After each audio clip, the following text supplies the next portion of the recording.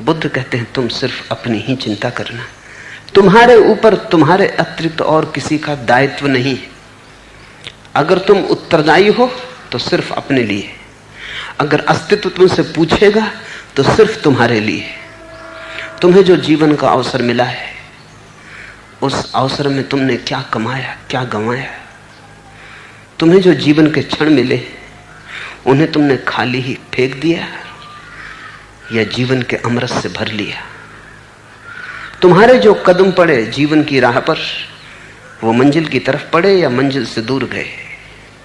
तुमसे और कुछ भी नहीं पूछा जा सकता, तुम किसी और के लिए जिम्मेवार भी नहीं हो, अपनी ही जिम्मेवारी पर्याप्त है। दूसरों के दोष पर ध्यान ना दे।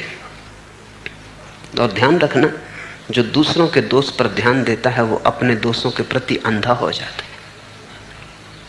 ध्यान तुम या तो अपने दोषों की तरफ दे सकते हो या दूसरों के दोषों की तरफ दे सकते हो, दोनों एक साथ ना चलेगा। क्योंकि जिसकी नजर दूसरों के दोष देखने लगती है, वो अपनी ही नजर की ओट में पड़ जाता है। जब तुम दूसरे पर ध्यान देते हो तो तुम अपने को भूल जाते हो, तुम छाया में पड़ जाते हो।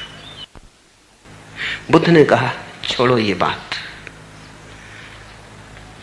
दूसरों के दोष पर ध्यान ना दो, उससे तुम्हारा कोई प्रयोजन नहीं। तुम्हारा प्रयोजन केवल तुमसे है। दूसरों के कृत्याकृत्य मत देखो, केवल अपने कृत्य अकृत्य का अवलोकन करो। सिर्फ अपना ही ऑब्जर्वेशन, अवलोकन। ये शब्द समझ लेने जैसा है, अवलोकन। अवलोकन बुद्ध की प्रक्रिया है जीवन के अंधकार से मुक्त होने के लिए। बुद्ध ये नहीं कहते हैं कि तुम अपने पाप को देखो और दुखी हो, पश्चाताप करो कि मैं पापी हूं। और न बुद्ध कहते हैं तुम अपने पुण्य को देखो और बड़े फूले न समाओ और उछल के चलो कि मैं बड़ा पुण्यात्मा हूं। बुद्ध कहते हैं तुम अवलोकन करो। अवलोकन का अर्थ होता है तटस्थ दर्शन, बिना किसी निर्णय के। न ये कहना कि ठीक, न ये कहना कि बुरा, न भला, न पाप, न पुण्य। तुम कोई निर्णय मत लेना, तुम कोई मूल्यांकन मत करना, तुम सिर्फ देखना। जैसे कोई आदमी रास्ते के किनारे खड़ा हो जाए, भीड़ चलती है, देखता है, अच्छे लोग निकलते हैं, बुरे लोग निकलते हैं, उससे कुछ प्रयोजन नहीं। साधु निकलते हैं, असाधु निकलते हैं, प्रयोजन नहीं। यह जैसे कोई लेट गया है घास पर, क्षण भर आकाश में चलते बादलों को देखता है।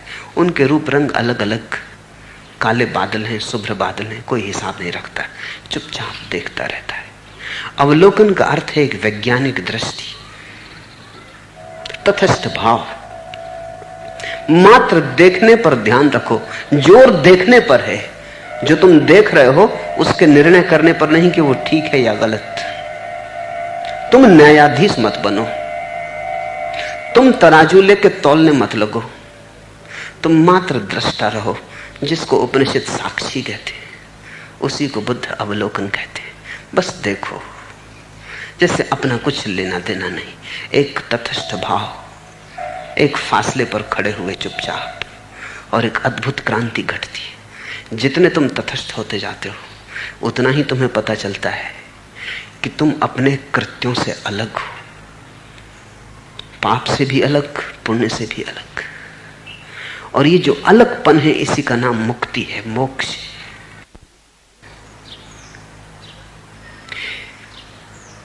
अवलोकन की बात है, निरीक्षण की बात है, जागृति की बात है, अप्रमाद की बात है, जरा होश साधना है।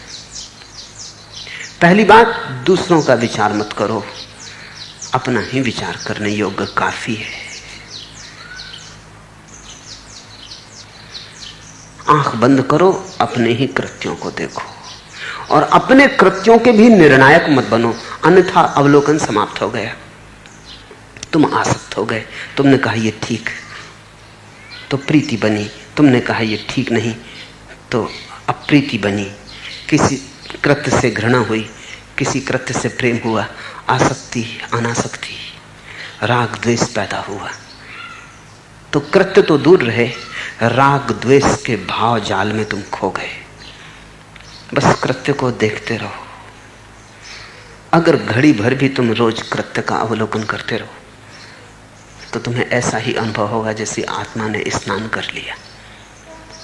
दिन भर उसकी ताजगी रहेगी और दिन भर रह रह के लहरें आती रहेंगी आनंद की। रह रह के झोंके आ जाएंगे, पुलक आ जाएगी, एक मस्ती छा जाएगी। तुम झूम झूम उठोगे किसी भीतरी रस से।